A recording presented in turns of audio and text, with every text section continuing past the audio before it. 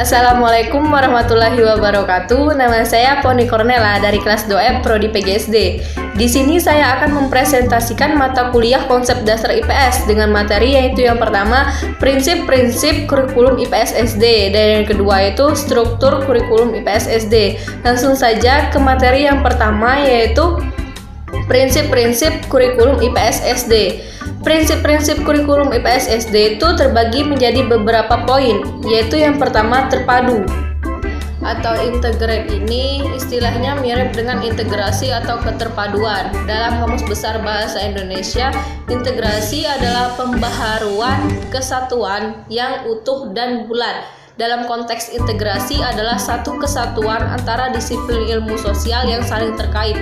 Dengan demikian, dalam penyampaian materi pembelajaran IPS dilaksanakan dengan memadukan antar disiplin ilmu yang terkait.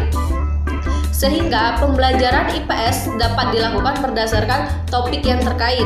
Misalnya, kegiatan ekonomi penduduk.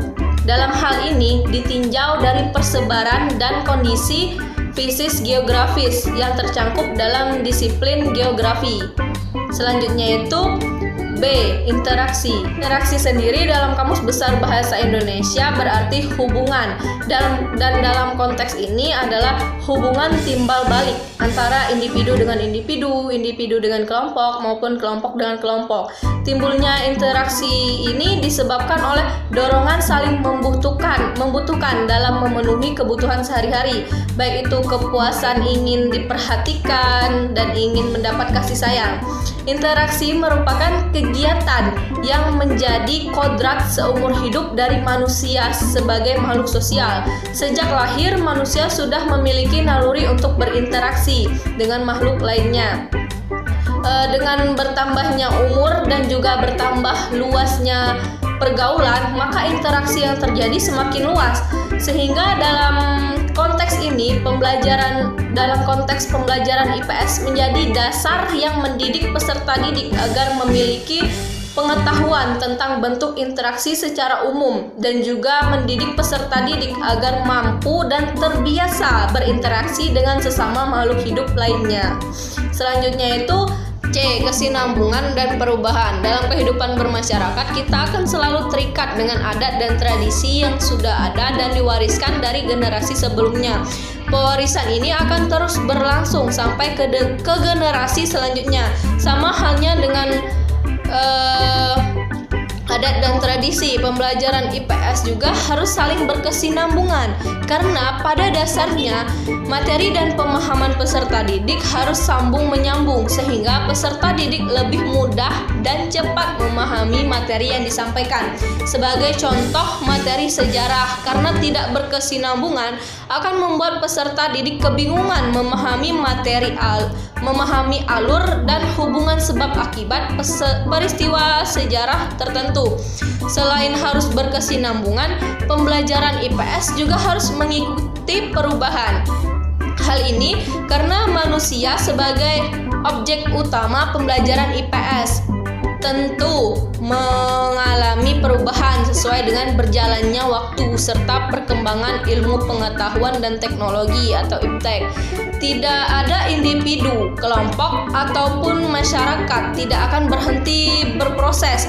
Misalnya, apabila kebudayaan suatu masyarakat berubah, baik besar maupun kecil, maka masyarakat yang mempunyai kebudayaan tersebut juga akan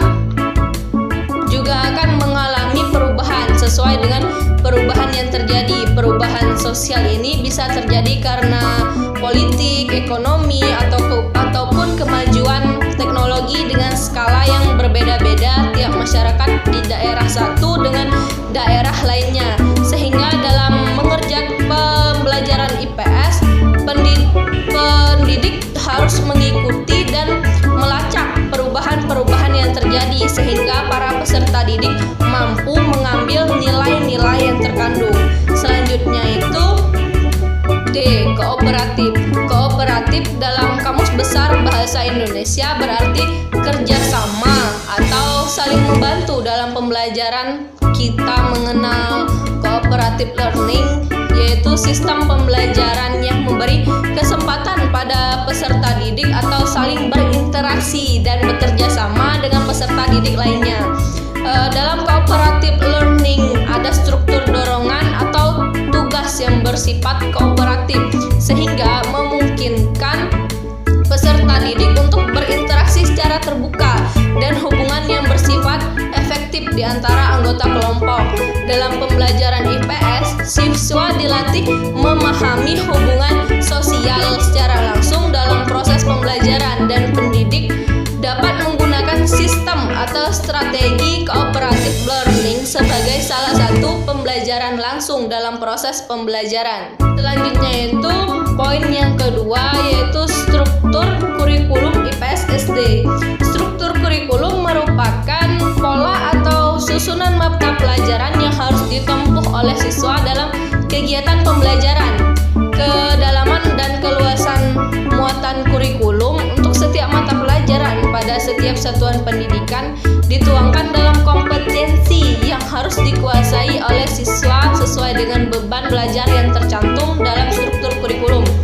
Kompetensi tersebut mencakup standar kompetensi dan kompetensi dasar yang dikembangkan berdasarkan standar kompetensi lulusan. Muatan lokal dan kegiatan pengembangan diri merupakan bagian integral struktur kurikulum pada jenjang pendidikan dasar. Adapun struktur IPS dalam kurikulum sekolah dasar yaitu saya mengambil di kelas 4 semester 1 dan kelas 4 semester 2. Baiklah, saya akan menyebutkan standar kompetensi dan kompetensi dasar untuk siswa kelas 4 di semester pertama. Standar kompetensinya yaitu memahami sejarah kenampakan alam dan keragaman suku bangsa di lingkungan kabupaten, kota, atau provinsi. Dan kompetensi dasarnya itu ada 4 poin. Yang pertama itu membaca peta lingkungan setempat, kabupaten, kota, atau provinsi dengan menggunakan skala sederhana. Yang kedua itu mendeskripsikan kenampakan alam di lingkungan kabupaten, kota, dan provinsi serta hubungannya dengan keragaman sosial dan budaya. Yang ketiga itu menunjukkan jenis dan persebaran sumber daya alam serta pemanfaatannya untuk kegiatan ekonomi di lingkungan setempat. Dan yang terakhir, yang keempat, menjaga kelestarian alam. Nah, selanjutnya standar kompetensi dan kompetensi dasar masih di kelas 4 tapi di semester 2. Standar kompetensinya itu mengenal sumber daya alam, kegiatan ekonomi dan kemajuan teknologi di lingkungan kabupaten atau kota dan provinsi. Dan kompetensi dasarnya itu ada 3 poin. Yang pertama itu mengenal aktivitas ekonomi yang berkaitan dengan sumber daya alam dan potensi lain di daerahnya. Yang kedua itu mengenal pentingnya koperasi dalam meningkatkan kesejahteraan masyarakat. Dan yang ketiga, mengenal perkembangan teknologi produksi, komunikasi, dan transportasi serta pengalaman menggunakannya, mengenal permasalahan sosial di daerahnya. Baiklah, mungkin itu yang dapat saya sampaikan. Lebih kurangnya saya mohon maaf. Kepada Allah saya mohon ampun. Saya akhiri, wabillahi taufiq wal hidayah. Wassalamualaikum warahmatullahi wabarakatuh.